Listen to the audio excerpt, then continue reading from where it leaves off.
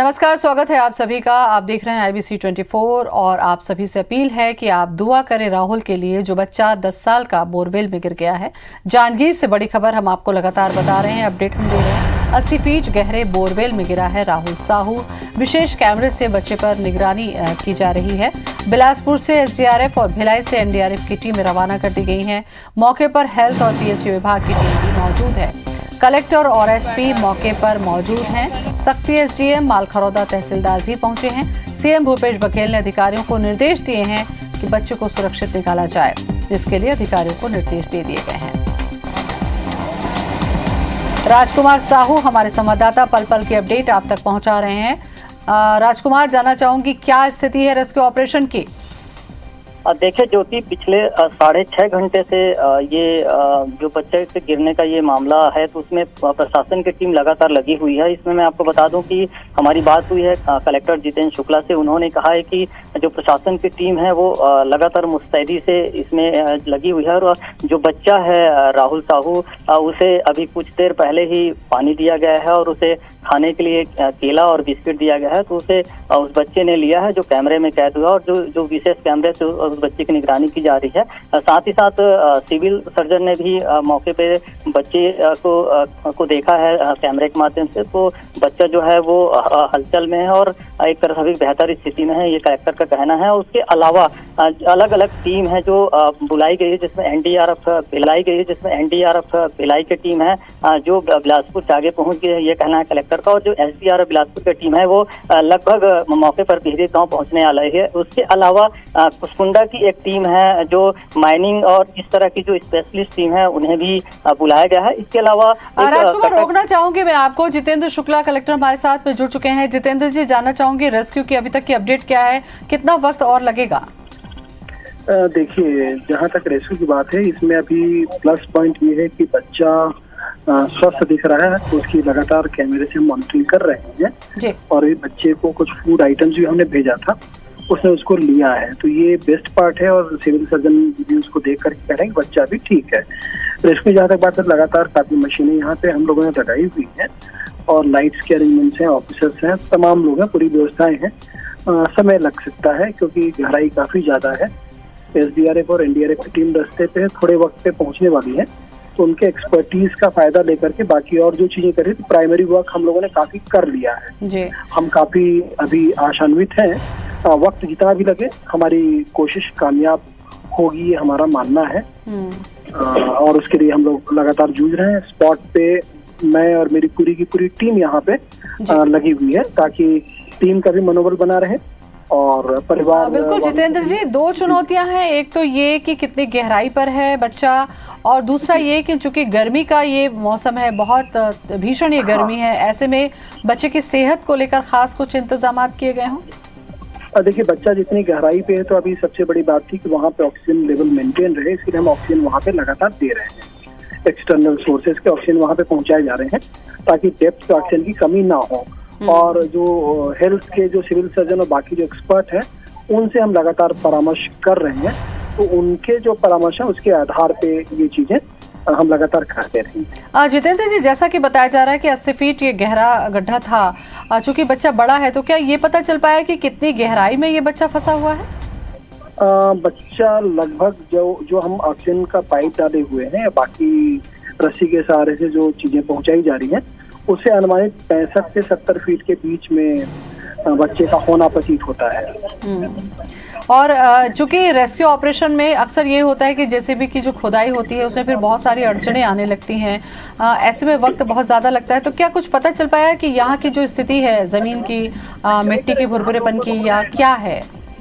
अभी तक तो अनुकूल दिख रहा है, बट नीचे भी नेवर नो कि क्या चीजें मिल सकती हैं। इसलिए हम लोगों ने स्टोन ब्रेकर्स भी बुला लिए हैं और थोड़ा एहतियातन एक निश्चित दूरी से हट करके हम गड्ढे बना रहे हैं, ताकि जो बोर जहां बच्चा फंसा हुआ है वहां उसे दिक्कत ना हो। और बाकी रेस्ट जो अभी एक्सपर्ट टीम आएगी, उनके परामर्श के अनुसार बाकी हम लगातार करते रहेंगे। कितने वक्त तक ये टीम पहुंच जाएगी? NDRF की जो टीम है जितेंद्र जी? SDRF की टीम को हम आधे घंटे में एक्सपेक्ट कर रहे हैं, और NDRF की टीम वो जांजगीर आसपास पहुंच गई है। तो वो 1 से 1.5 घंटा और लग सकता है। क्या जरूरत पड़ती है तो किसी और एक्सपर्ट को बुलाने की कोई इंतजाम? जी बिल्कुल किया है हमने। एक तो जो ACCL के कुछ जो सेफ्टी एक्सपर्ट्स होते हैं उनको कोरबा SP से बात करके उनसे अनुरोध किया था, तो उन्होंने भिजवाने की व्यवस्था की है। इसके अलावा हमने मुख्य सचिव महोदय और प्रमुख सचिव गृह से अनुरोध किया था, तो आर्मी के जो कुछ एक्सपर्ट्स हैं जो परामर्श दे सकेंगे वो भी रायपुर से मेजर गौतम के नेतृत्व में रवाना हो चुके हैं। आपको लगता है कि अभी तक के जो भी रेस्क्यू है इसकी स्थिति जो है वो सामान्य गति से चल रही है और अच्छा रिजल्ट भगवान करे आए? बिल्कुल, मैं तो ये कहना चाहूंगा कि सूचना मिलने के आधे घंटे के अंदर में चूंकि ऑपरेशन चालू हो गया था, वो हमारे लिए प्लस पॉइंट है। और बस आप भी हमारे लिए दुआ करिए कि हमारी मेहनत कामयाब हो, बच्चा सकुशल बाहर आ जाए। बिल्कुल, चलिए बहुत बहुत शुक्रिया आपका जितेंद्र जी। पल पल के अपडेट हम आपसे आगे भी लेते रहेंगे। फिलहाल के लिए बहुत बहुत शुक्रिया आपका। तो लगातार ये निगरानी रखी जा रही है और कैमरे के माध्यम से जो तस्वीरें आई हैं बच्चे की, उसमें बच्चा स्वस्थ दिखाई दे रहा है, बच्चे की स्थिति सामान्य बताई जा रही है। ऐसे में चुनौती यही है कि जल्द से जल्द निकाल लिया जाए। और चूंकि जो ज़मीन है यानी कि जो जिस जगह पर ये बोर है वहाँ पर बहुत ज़्यादा मुश्किलें अभी तक नहीं आ रही हैं, जैसे भी कि खुदाई में एक्सपर्ट टीम NDRF और SDRF की टीमें भी पहुंच जाएंगी और एक्सपर्ट की सलाह ली जा रही है। ऑक्सीजन का जो पाइप डाला गया और जो व्यवस्थाएं की गई उससे ये पता चल रहा है कि बच्चा 70 से 80 फीट नीचे जाकर फंसा हुआ है। चूँकि बच्चा बड़ा है, 10 साल का है, तो अभी तक उसकी स्थिति सामान्य बनी हुई है। हालांकि चुनौती यही है और IBC 24 सभी से हम अपील यही कर रहे हैं कि दुआ करें कि बच्चा सकुशल वापस निकल आए, उसकी जान पर किसी तरीके का जोखिम न हो। राजकुमार हमारे साथ में बने हुए हैं, चर्चा हम कर रहे हैं। राजकुमार, खास तौर पर ठीक है ये रेस्क्यू ऑपरेशन चल रहा है, हम अपील भी कर रहे हैं, दुआ भी कर रहे हैं कि ये बच्चा सुरक्षित वापस आ जाए, लेकिन इतनी जो गंभीर लापरवाही होती है खास करके तब जब अपने ही घर के पास में ये बोर खुदा हुआ है और काफ़ी बड़ा ये गड्ढा हम देख पा रहे हैं, कितना लापरवाही भरा रवैया इसको हम कह सकते हैं।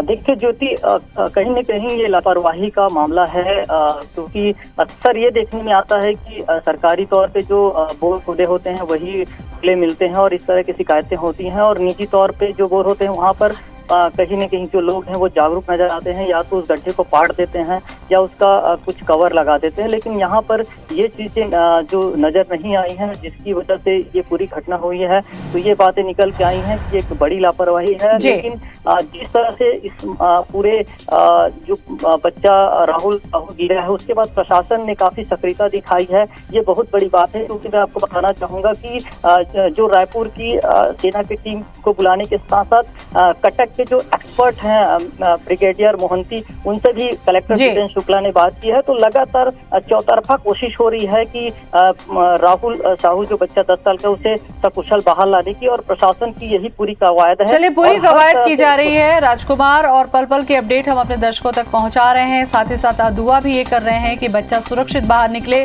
और ये भी अपील कर रहे हैं कि जो दर्शक ये तस्वीरें देख रहे हैं, खास करके IBC को गांव में देखा जाता है, तो आप ये देखिए कि एक छोटी सी लापरवाही कितनी बड़ी मुश्किल को जन्म दे सकती है। बच्चा इतना बड़ा 10 साल का बच्चा उस बोर में फंस गया 70 फीट गहरे में जाकर, तो ऐसी लापरवाही दोबारा ना हो, इसलिए जो ये तस्वीरें देख रहे हैं वो कम से कम उन इलाकों में जहां बोर खुदे हुए हैं, कम से कम अपने ही नहीं से तो दूसरों के बोर को भी ढकने की कोशिश करें, क्योंकि बच्चे सभी के हैं, सभी के लिए प्यारे होते हैं।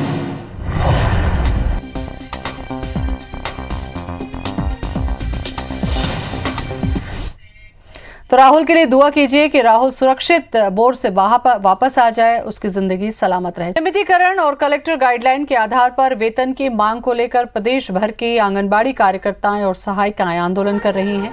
महापड़ाव आंदोलन के दूसरे दिन भी राजधानी रायपुर बूढ़ा तालाब धरना स्थल पर हजारों महिलाओं का प्रदर्शन जारी है। ये सरकार से वादा निभाने की मांग कर रही हैं। सरकार की तरफ से बातचीत के लिए ना तो कोई पहल हुई, ना ही प्रस्ताव या आश्वासन ही मिल सका। लिहाजा उन्होंने भी 7 जुलाई से 11 जुलाई तक महापड़ाव पार्ट 2 का ऐलान कर दिया है। जुलाई में इससे बड़ी तादाद में राजधानी में जुटेंगी और मशाल रैली से लेकर जल समाधि के जरिए सरकार को झकझोरने की कोशिश करेंगे। उनके आंदोलन और रणनीति को लेकर बातचीत की हमारे संवाददाता राजेश राज ने। छत्तीसगढ़ के आंगनबाड़ी कार्यकर्ता और सहायता 2 दिनों के महापड़ाव का ऐलान किया था। और आज ये दूसरा दिन है। आज भी उतनी ही भीड़ बूढ़ा तालाब धरना स्थल पे आपको दिखाई देंगी। हजारों की संख्या में प्रदेश भर से महिला कार्यकर्ता और सहायिकाएं जुटी हुई हैं। महापड़ाव का आज दूसरा दिन है और जोर शोर से प्रदर्शन जारी है। लेकिन इस 2 दिन के आंदोलन में क्या मिला इन्हें, क्योंकि ये निश्चितकालीन आंदोलन था, आज ही ये खत्म हो जाएगा। और इस आंदोलन से इन्हें क्या मिला, इनसे बातचीत करेंगे। क्या कोई बातचीत हो पाई सरकार के किसी मंत्री से, प्रतिनिधि से मिला क्या आपको? जी बिल्कुल, कोई हमारी मंत्री से, किसी प्रतिनिधि से हमारी कोई बात नहीं करी। हम लगातार, हमको लगा कि ये संघर्ष है और छत्तीसगढ़ की महिलाएं 2 दिन चिलचिलाती धूप में 45 डिग्री से ऊपर जब बैठे हैं तो शासन अपना संवेदनशील रवैया अपनाते हुए या तो कमेटी बनाएगी या तो किसी न किसी को भेजेगी हमारी मांगों पर सहमति बनाने के लिए। लेकिन जैसा कि आप देख रहे हैं और हम लोग लगातार उनका इंतजार करने के बाद भी आज हम लोगों को कुछ नहीं मिला, इसीलिए सिर्फ निराशा हुई। हम लोगों की हिम्मत कोई कमी नहीं आएगी। हम लोग और इससे ज़्यादा जोर शोर में और कोशिश करेंगे कि हमारी जो 1.5 लाख की संख्या है कार्यकर्ता सहायिकाओं की, वो पूरे रोड में उतारेंगे और अलग अलग दिन अलग अलग प्रकार का आंदोलन करेंगे। हम लोगों में जाएंगे। हम ये सिर्फ आंगनवाड़ी की पैसा बढ़ाने की नहीं है, जो आंगनवाड़ी के अंदर सेवा है, कुपोषण बढ़ रहा है तो उसको क्वालिटी सेवा देने का, पूरा बच्चों के लिए यूनिफॉर्म समेत उनका अच्छा स्कूल पूर्व शिक्षा हो, खाना ढंग का हो, इसके लिए लड़ाई है। हम लोग अभी जो संख्या है हमारी 70-80 हज़ार की संख्या अभी है और जो हम लोग जुलाई में 7 तारीख से हड़ताल करने वाले हैं तो हमारी पूरी कोशिश रहेगी कि 1.5 लाख की जो आंगनबाड़ी कार्यकर्ता और सहायिका बहनें हैं सभी को हम बूढ़ा तालाब में बैठाल के हम भरपूर आंदोलन करेंगे और शासन के खिलाफ लड़ेंगे। प्लान है, हालांकि 2 दिनों के इस महापड़ाव में इन्हें उम्मीद थी कि सरकार की तरफ से कोई पहल होगी, बातचीत होगी, हालांकि वैसा कुछ हुआ नहीं। और इसी के चलते अब इन्होंने आज ही ये ऐलान किया कि जुलाई महीने में ये फिर से राजधानी रायपुर में आएंगी और तब इससे ज़्यादा बड़ा और ज़्यादा आक्रामक आंदोलन करेंगी। कैमरा पर्सन अनुप साहू के साथ Rajesh Raj, IBC 24 Raipur. Bhilai steel plant में हादसे थमने का नाम नहीं ले रहे हैं। 9 दिन में 4 बड़े हादसे के बाद श्रमिकों का गुस्सा आज फूट पड़ा। आज जोरातराई गेट पर हिंदुस्तान इस्पात ठेका श्रमिक यूनियन सीटू के नेतृत्व में प्रदर्शन किया। इन्होंने बीएसपी प्रबंधन की कार्यशैली पर सवाल उठाया और श्रमिकों की सुरक्षा को नजरअंदाज करने का आरोप लगाया। बता दें कि कल ही SMS 2 में हुए हादसे में ठेका श्रमिक की मौत हुई थी।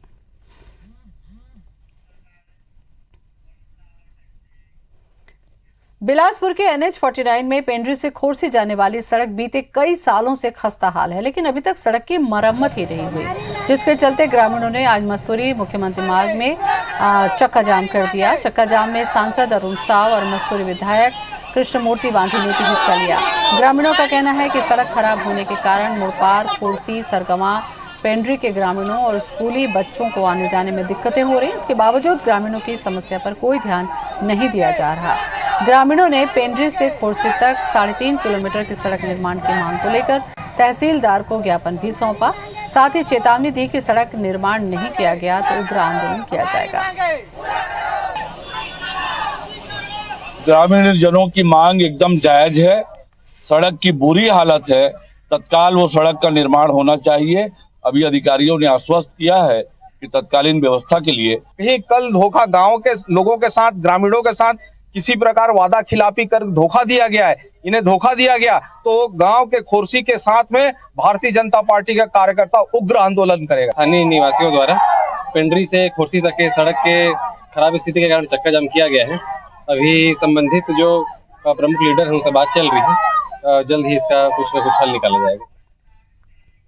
अखिल भारतीय कांग्रेस कमेटी ने 13 जून को देश भर में ईडी दफ्तर का घेराव करने का निर्णय लिया है। कार्यक्रम के तहत कांग्रेस राज्यसभा सांसद विवेक तनखा 12 जून को छत्तीसगढ़ आ रहे हैं। वो भी 13 जून को ईडी दफ्तर का घेराव कार्यक्रम में शामिल होंगे।